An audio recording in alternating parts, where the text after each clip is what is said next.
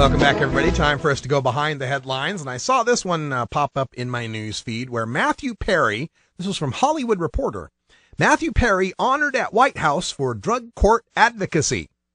And the point here, he goes on to point out how he had a lot of problems with prescription painkillers and alcohol. He basically was mixing, oxys and booze, or Vicodin and booze, or whatever it was, while he was part of the hit show Friends. After 2 trips to recovery, he's become a frequent public speaker on the perils of prescription drugs, national drug policy, and his own experience with recovery. 6 years ago, Perry met with West Huddleston, the head of the National Association of Drug Court Professionals, who inspired him to join the national movement advocating for alternative sentencing strategies that place nonviolent drug offenders in treatment programs rather than prison. That's topped off with his lovely quote from Matthew Perry, who says, quote, "Had I been arrested, I would be sitting in prison somewhere with a tattoo on my face. I'm very lucky that I never got arrested." End quote. You're also very lucky to be white and fairly rich. That helped a lot too there, Matt.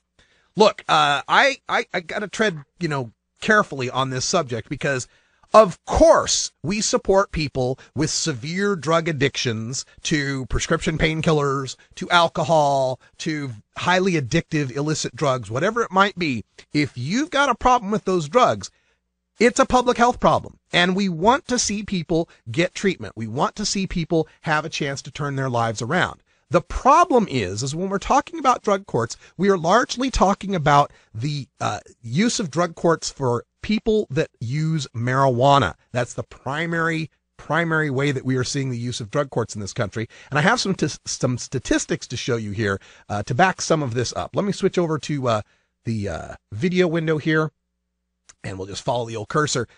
Drug courts sentence cannabis consumers to drug treatment they don't really need. I'm giving these sources from the FBI Uniform Crime Reports for marijuana arrests, the treatment episode data set for marijuana rehab, and the National Association of Drug Court Professionals, who we just mentioned, their source for how many drug courts there are. Now, if we start at the bottom of the chart here, in 1990 is about when we found, let's see if I can get that Pinterest thing to go away. There we go. All right, I have to keep my mouse off it. Okay, in 1990 is when drug courts began. And we had 1 drug court in 1990, 10 drug courts by 92. But as we reach the 2000s, in 2000 there were 665 drug courts. By 2008, we now have over 2,300 drug courts. And the most current data I have from 2011, over 2,700 drug courts. But the rise of those drug courts is correlated with a rise in marijuana arrests. Back in the 90s, there was only 300,000 or so marijuana arrests per year. And of course, now these days, we're in the 750,000 marijuana arrests. And that also correlates with how many people are going into marijuana rehab. Again, about 400,000 people in marijuana rehab. I'm sorry, about 400,000 people in marijuana rehab to over 700,000 in marijuana rehab today.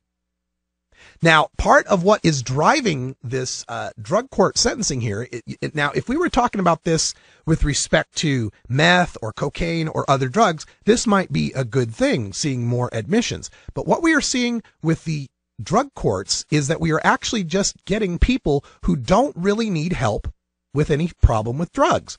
This is a graph of the sources of referral for drug treatment, again, taken from the treatment episode data set from the Substance Abuse and Mental Health Data Archive. And I've broken it down in red for the source of being put in rehab by the criminal justice system. Either you got a court, drug court, DUI, something put you there. Yellow represents community referrals. That would be like a rehab provider, your school, your employer sent you to rehab. And then self-referrals in green.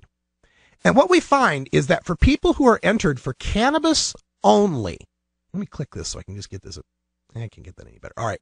For cannabis only 13% of the people in rehab who go there just for cannabis are going there because they sent themselves.